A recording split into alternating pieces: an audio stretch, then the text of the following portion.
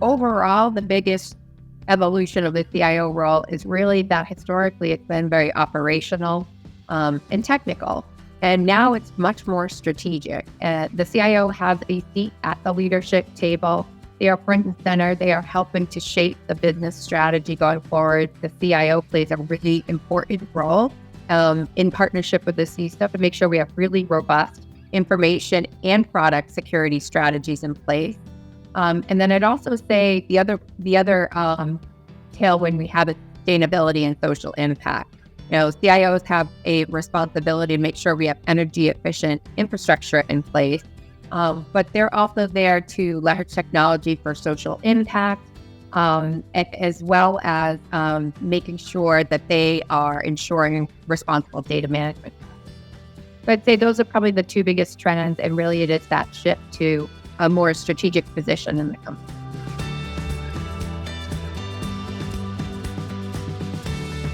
First and foremost, for a CIO to be more strategic planning has to be in your tool set.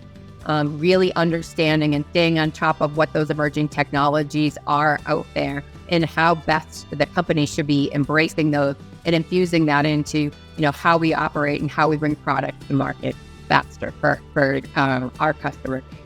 But I'd also say, we really have to shift from those old waterfall methodologies to being much more agile, right? We have to have an adaptive mindset. So embracing agile methodologies, things like Kanban and Scrum, give us a framework to be able to iterate products faster and get them to market to really gain a competitive advantage in the marketplace.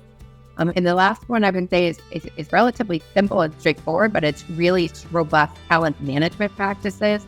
That IT war for talent is real.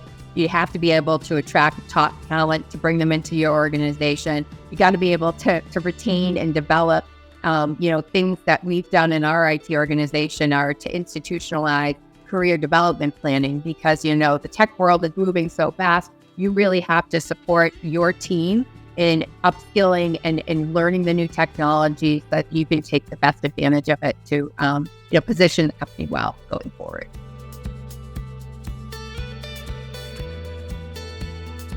Everyone's a unique person. So, that aside, there are definitely preferences that surface for each generation. And I think about things like communication or learning.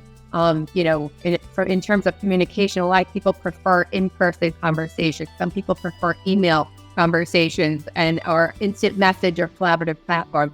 So really understanding that in order to communicate effectively with your team, you got to use a multi-channel strategy. In terms of learning, some people learn better in person.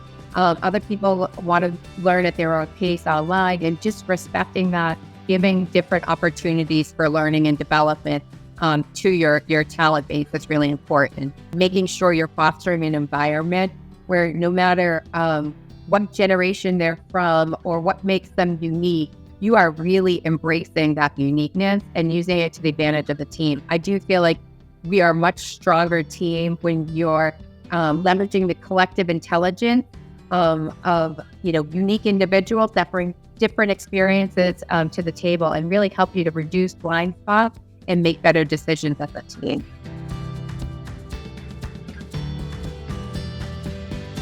First and foremost is embracing the idea of business relationship management.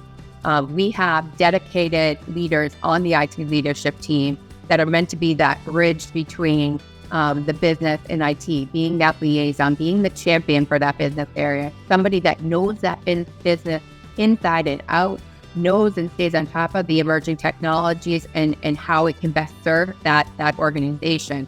But then I would also say, those are also the leaders that work in partnership with the rest of the IT leadership team to build a business-centric IT strategy. You can't have an IT strategy stand on its own. It really has to start with the business. Where are they going? And then how do you pace and sequence the right investment to give us the best advantage in the marketplace? Once you have that business-centric IT strategy, you got to turn it over so that you can have oversight into the disciplined execution of it. And to do that, you really need cross-functional business and IT governance in place.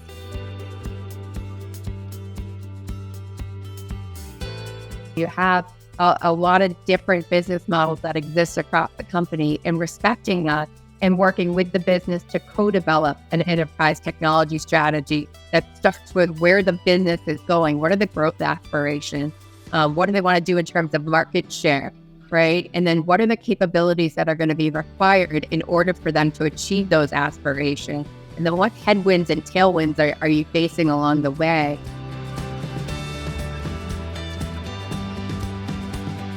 Probably most excited about artificial intelligence. I understand there's a balance between opportunity and risk there. It's not straightforward. It's complicated. But to see how we can really harness that power to achieve the goals that we have in front of us, I just can't wait to see what happens in the future.